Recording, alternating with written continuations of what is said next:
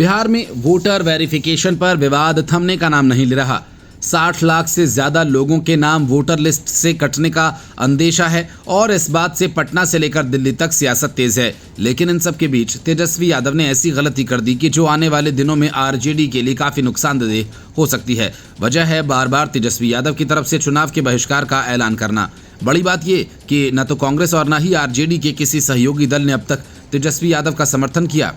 कारण ये कि चुनाव का बहिष्कार करने से चुनाव न तो टलेगा और न ही चुनाव लड़ने के लिए आरजेडी का इंतजार कोई करेगा।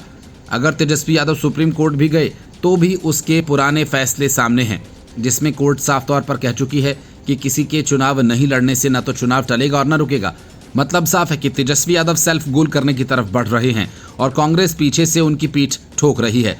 आरजेडी के चुनाव नहीं लड़ने का सीधा फायदा कांग्रेस को ही होना है। ऐसी स्थिति में कांग्रेस बिहार में सबसे बड़ी पार्टी के तौर पर उभर सकती है, जो बिहार में दशकों से राज्य में अपनी खोई हुई जमीन तलाश रही है।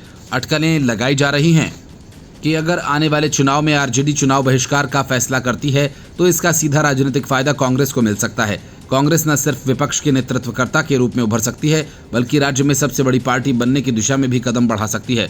यही वजह है कि तेजस्वी यादव के चुनाव बहिष्कार वाले बयान में कांग्रेस पार्टी अपने लिए मौका देख रही है। उसकी योजना यही है कि अगर राजद चुनाव का बहिष्कार करती है तो वो उस खाली जमीन को भरने के लिए तैयार है। ऐसे में उसके पास अपनी खोई हुई जमीन हासिल करने के लिए इससे बेहतर मौका कुछ और नहीं हो सकता।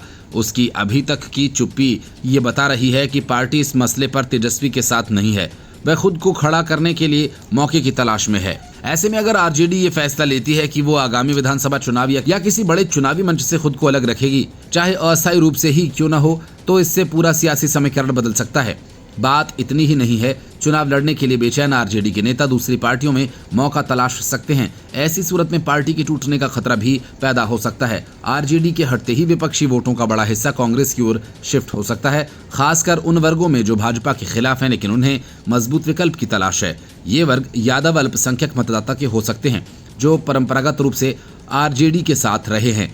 हालांकि मौके बड़े हैं, लेकिन कांग्रेस के सामने चुनौतियां भी कम नहीं। बिहार में पार्टी का संगठन अब भी कमजोर है, स्थानीय नेतृत्व का टकराव चलता रहता है और जमीनी उपस्थिति उतनी नहीं है जितनी आरजेडी या बीजेपी की है। ऐसे में यह देखना होगा कि कांग्रेस इस संभावित अवसर को कितना भुना पाती है। सूत्रों का कहना है कि कांग्रेस हाईकमान ने बिहार पर विशेष ध्यान देना शुरू कर दिया है। प्रियंका गांधी और राहुल गांधी दोनों राज्यों में दौरे और रणनीतिक बैठकों पर काम कर रहे हैं। संगठन महासचिव केसी वेणुगोपाल और बिहार प्रभारी कृष्णा को सक्रिय भूमिका दी गई। आरजेडी के चुनावी बहिष्कार की स्थिति भाजपा के लिए भी राहत भरी हो सकती है। विपक्ष का बड़ा चेहरा हटने पर बीजेपी को सीधी लड़ाई कांग्रेस से लड़नी होगी, जिसकी जमीन अभी उतनी मजबूत नहीं है। Bureau report, news of India.